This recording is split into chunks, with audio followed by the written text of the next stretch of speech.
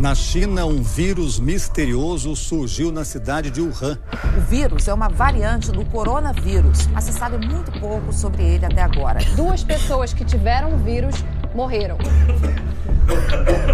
A China concentra a absoluta maioria dos casos desse novo coronavírus. São mais de 17 mil. Um turista chinês morreu em Paris. Os casos da doença passam de 9.300 em 20 países. O Brasil tem 433 casos suspeitos do novo coronavírus.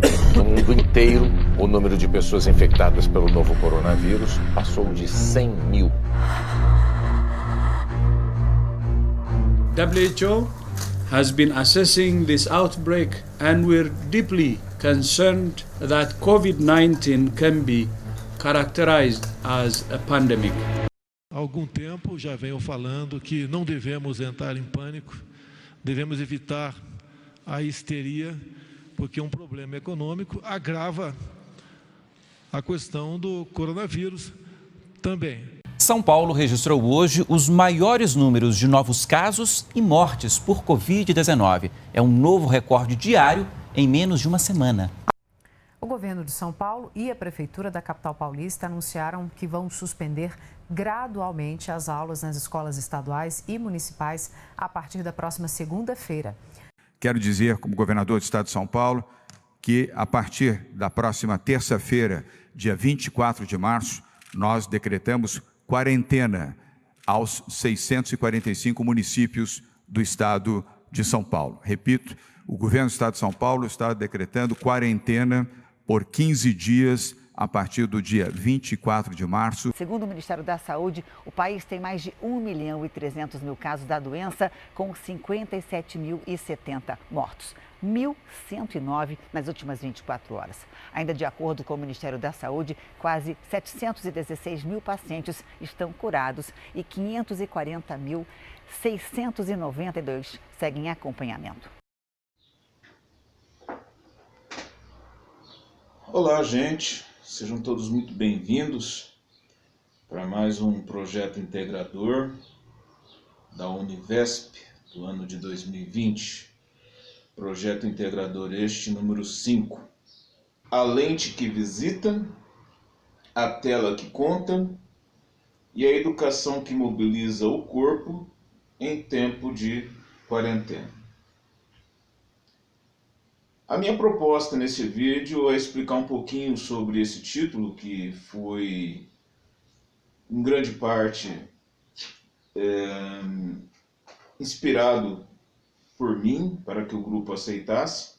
O grupo está em vias, confesso a vocês, de trocar o título, por conta das considerações da correção da professora da primeira versão.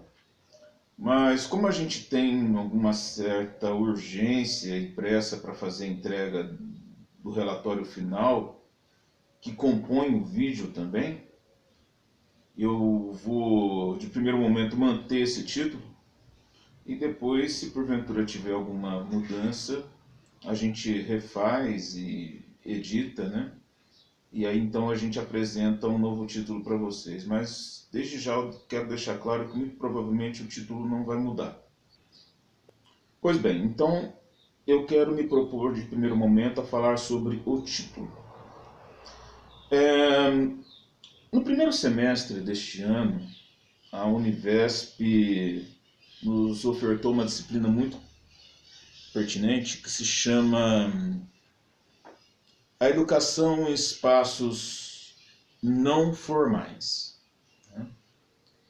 E aí a gente aprendeu um conceito interessante que até então eu não conhecia, que você tem 3 níveis de educação.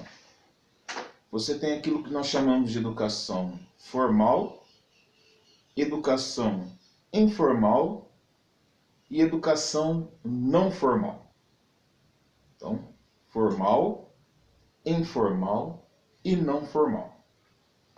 A educação formal, ela é constituída daquilo que nós entendemos, por formalidade. Então vocês estão vendo aqui ao fundo, Aqui ao fundo vocês têm exemplos aqui de 3 titulações, Eu estou falando isso não para me mostrar, apenas para poder dar o exemplo, tá? Eu não quero bancar o vaidoso aqui. Mas essas titulações deixam claro que eu passei por um processo formal de educação, tá? Então a formalidade, ela envolve a instituição, ela envolve a docência e a discência, né? A transmissão do conhecimento, o espaço em que o conhecimento é transmitido, ou seja, a escola, a universidade, né? E etc e tal. E isso, então, você tem o reconhecimento da situação educacional na medida em que aquilo foi formalizado. Em geral, é formalizado por meio de certificados, tá? Então, isso a gente tem um exemplo da questão da formalidade da educação. E aí a gente tem a questão da informalidade da educação. A informalidade da educação diz respeito, por exemplo, a tudo aquilo que nós somos, né? Enquanto pais, tios, irmãos mais velhos, por vezes até mais novos, avós, avós, em que nós ensinamos as pessoas, né, em geral mais novas, a agirem de um jeito, de uma determinada maneira ou de outra, né? Então, esse tipo de educação informal, ela não é titularizada. Aquele que recebe esse tipo de educação tem para com o seu educador um sinal de respeito, né, um signo de respeito. Então a pessoa, ela não necessariamente carrega consigo um título de professor, mestre, doutor ou coisa que o valha. Mas o fato dela poder, de algum modo, transmitir um conhecimento, uma ideia, um preceito que faça com que o sujeito recebedor daqueles preceitos modifique o seu modo de pensar, essa transmissão se dá de forma informal. E aí então a gente tem uma educação chamada de não formal. Essa educação não formal é aquela educação, por exemplo, que é viabilizada nas comunidades, escolas de samba, por exemplo, né? É aquela formalizada, eu digo formalizada no sentido de haver uma estrutura em que é transmitido o conhecimento, tá? Aquela que é formalizada e viabilizada, por exemplo, em centros religiosos, né? Sejam eles de matriz africana, pentecostais, católicos, aquela que você consegue de algum modo adquirir conhecimento porventura em condições de ambiente de trabalho, em que você chega como um aprendiz e depois de um certo tempo você se torna sabedor de como produzir determinada tarefa, né?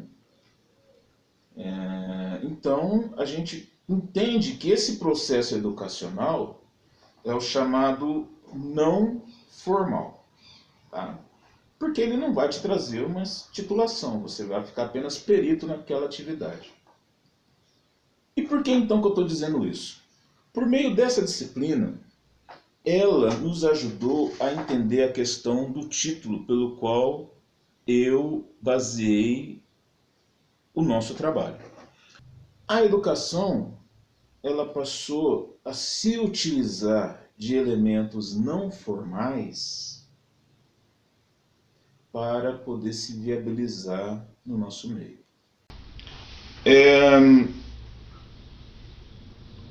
A formalidade que existia na educação até então, ela de algum modo se esvai na medida em que a gente está vivendo esse processo pandêmico, né? Por quê? Porque como esse vírus ele é transmitido de forma comunitária, ambientes comunitários não podem mais existir, em que as pessoas possam estar juntas, né? E um dos ambientes em que as pessoas necessariamente estão juntas é a escola. Não tem como ser diferente. Então, nesse sentido, a escola, para ela poder se viabilizar, ela precisou se utilizar de elementos não formais para atingir o seu processo educacional. De modo então que a escola hoje se utiliza de uma lente para visitar. E essa visita, no nosso caso, no nosso trabalho, diz respeito aos museus, né? Então, o Anderson, o Rafael e o Flávio, eles têm um trabalho feito junto aos seus discentes, né, que tem relação direta com a visitação de museus. Né? Então, por isso que a lente é que visita. Né? A tela que conta. Então, tudo aquilo que a gente está percebendo, a gente percebe o mundo por meio de uma tela de cristal líquido. Né? A gente está vendo as coisas por meio de uma tela de computador, uma tela de celular. Né? E a educação que mobiliza o corpo. Né? Por que a educação que mobiliza o corpo? Porque, diferentemente daquilo que acontecia conosco, pode-se pensar que o corpo, pelo fato da gente não se deslocar mais para a escola, que na verdade o corpo está imobilizado e não mobilizado, né? Mas a ideia não é essa. No título eu quis propor a educação que mobiliza o corpo, no sentido de que a gente agora precisa ter uma série de preceitos de asseio que até então nós não tínhamos. O corpo precisa se mobilizar, ou seja, ele precisa se mover em atenção a algo que até então era desconhecido para nós. Por exemplo, o uso de máscaras. Né? O corpo agora precisa se habituar à máscara. Até mesmo no seu manuseio, porque a gente tem que pegar pelas suas alças, né? A gente tem que pegar pela ponta dos dedos, a gente tem que colocar de forma ensaiada, né? E retirá-la também dessa mesma forma ensaiada, para então viabilizar a proteção contra esse inimigo em comum. Né? Em tempos de quarentena. Então, nós estamos vivendo em tempos de quarentena. E a quarentena, o nosso governador do estado de São Paulo, então, para quem está assistindo o vídeo em outro país, em outro estado, em alguma outra circunstância, entenda que eu falo de São Paulo, e o nosso governador do estado de São Paulo, estando nós no mês de julho, ele decreta a 5ª quarentena. Tá? Se vocês tiverem oportunidade de ver a introdução desse vídeo, porque esse vídeo ele é multifacetado, então a gente vai fazendo aos poucos, eu fiz um esforço de colocar na introdução quando o governador decretou o primeiro período de quarentena. Mas vocês vão ter a oportunidade de ver a Thalita, né, em que ela elabora a sua atividade também, né, não presencial junto aos seus discentes, né, no projeto em que ela desenvolve. Tá? E tem uma história muito bonita de uma bonequinha que se chama Abaomi. As escravas, antigamente, muito antigamente, quando elas vinham lá da África para o Brasil, com seus filhos no navio, elas faziam bonequinhos para eles que se chamavam Abaomi. Abaomi significa o melhor de mim para você, ou feito de mim para você. E como elas faziam essas bonecas? Se dentro do navio não tinha linha e costura, elas pegavam pedaços de pano do seu próprio vestido e faziam bonequinhas para eles como uma grande lembrança para eles terem quando eles chegassem aqui. Essa bonequinha, ó, a Baumi, aqui eu vou mostrar para vocês, ó, ela é feita de tecido, tá vendo? E aí elas entregavam essas bonequinhas para as crianças. Eles amarravam os tecidos, aqui ó, o tecido na parte de cima era a cabecinha, aqui as perninhas com nozinhas, e as crianças cuidavam dessas bonecas e sempre lembravam de suas mães. Eu desafio vocês a fazerem uma bonequinha, a Baumi, para os seus filhos e os filhos para suas mães, fazerem juntos, como uma forma de lembrarem sempre um do outro, não só pela boneca, né, mas de todas as formas que vocês têm as vivências juntos, né? Façam uma bonequinha Baumi, que é o melhor de mim para você. Então, uma boa tarde, uma boa noite, ou um bom dia, né? E me despeço aqui com vocês nesse segundo vídeo e nessa segunda atividade audiovisual. É isso. Obrigado e até uma próxima.